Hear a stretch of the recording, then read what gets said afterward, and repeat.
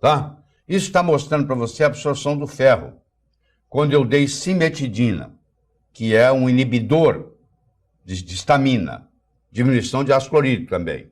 Você olha o que eu absorvi de ferro no controle. Quando eu recebo 600 ou 900 miligramas de Tagamet, que é o nome comercial, que é a cimetidina, você vai ver que a absorção de ferro vai diminuindo. Quanto mais eu usar desses remédios, menos ferro vai ser absorvido. A absorção do cálcio, vocês estão vendo também que tem a ver com a concentração do ácido clorídrico, tá? Se eu tenho pouco ácido clorídrico, se eu suplemento com ácido clorídrico, olha lá, eu amo, que é o segundo gráfico ali, eu aumento a absorção de cálcio. Se eu tenho deficiência de ácido clorídrico, que é o primeiro gráfico, à esquerda, e aí eu suplemento com ácido clorídrico, eu faço a absorção aumentar. Eu estou tendo aqui deficiência de B12 e gastrite atrófica, quando ela é moderada, quando ela é severa. E está mostrando que quanto mais severa ela for, maior é a deficiência de vitamina B12, que tem, um dia nós vamos estudar a vitamina B12 em detalhe. Muitas vezes a deficiência de vitamina B12, para você ter uma ideia, confunde o diagnóstico com Alzheimer, porque o paciente fica meio gaga, há um comprometimento cognitivo enorme quando você tem deficiência de B12. E B12 é uma vitamina interessante, porque ela não tem toxicidade. Mesmo que você dê doses cavalares, o excesso vai embora, vai ser eliminado, você não tem nenhum problema. Então, o exjuvante isso aqui também é válido. Ao invés de você ficar fazendo muito exame, você entra com a B12, de preferência, no caso, injetável, e de repente a pessoa melhora as manifestações de gaga que ela estava, e aí você vê a diferença, não era Alzheimer, era deficiência de B12. Isso é bastante comum, tá? Isso aqui é a hidrólise proteica, quando o pH está menos de 2,5, há uma digestão muito melhor, muito maior, que quando o pH, por exemplo, está acima de 5. pH gástrico, pH do estômago. Quanto mais baixo o pH no estômago, maior digestibilidade. Melhor vai ser a digestão. Drogas antiácidos podem nos fazer vulneráveis à infecção. Salmonela, cólera, tifoide, estafilococo, clostrídio. Então, a pessoa que toma omeprazol cronicamente, ela está predisposta, tem maior predisposição a esses processos infecciosos. E como eu disse, essas bactérias agora podem transitar do seu intestino para o seu pulmão, do seu pulmão para o seu intestino, porque ela não tem mais essa barreira que era constituída pelo ácido clorídrico. Certo? Aqui é o omeprazol, ali está o controle, o crescimento bacteriano, olha lá, intestinal. Quando você usa o omeprazol, o crescimento bacteriano intestinal, que é o gráfico da sua esquerda, é muito maior do que quando você não está usando o omeprazol, que é o gráfico da direita. Certo? Olha que interessante. Isso aqui é de 1698, um livro de 1698, correlacionando asma com pH do estômago. Ó, alto pH estomacal e asma. Olha que interessante. Então, esse paciente que está tomando omeprazol, ele vai desenvolver, a longo prazo, uma predisposição à asma. Isso foi descrito pela primeira vez em 1698. Não é de hoje, a gente sabe disso. A gente só não obedece, mas não é de hoje.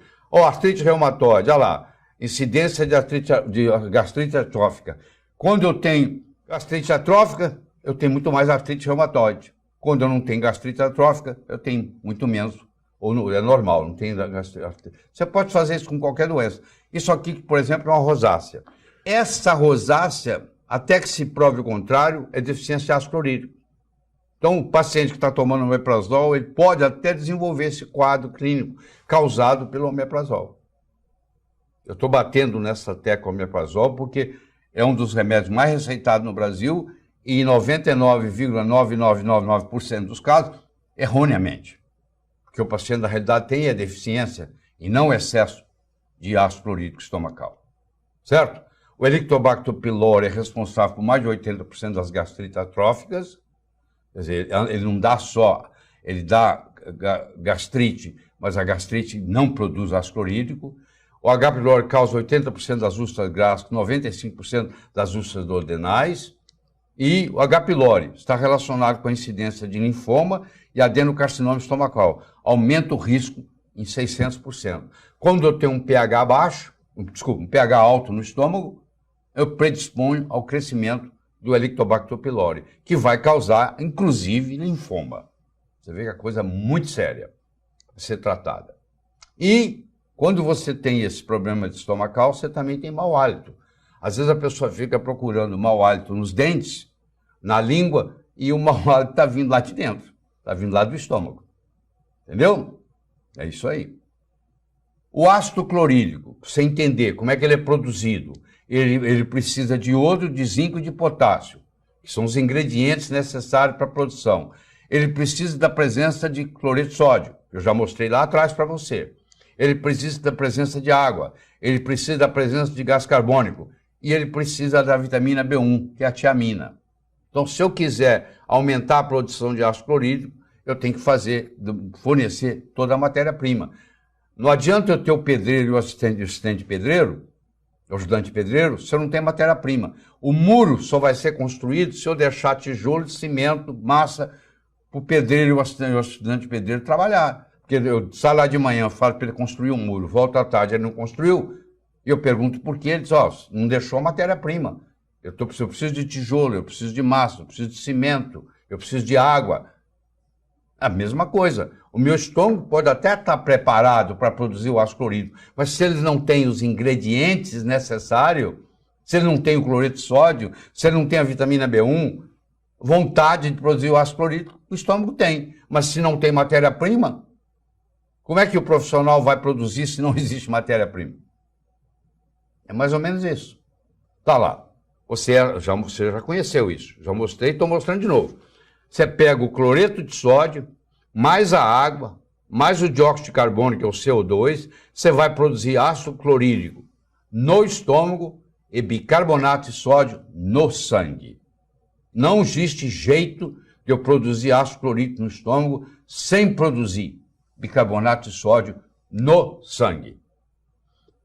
O outro aspecto relacionado com a doença que nós discutimos, já discutimos isso ontem, é o tabagismo. O que mais faz mal no cigarro não é a nicotina, é a queima do papel, é a formação do alcatrão que gera todas essas substâncias.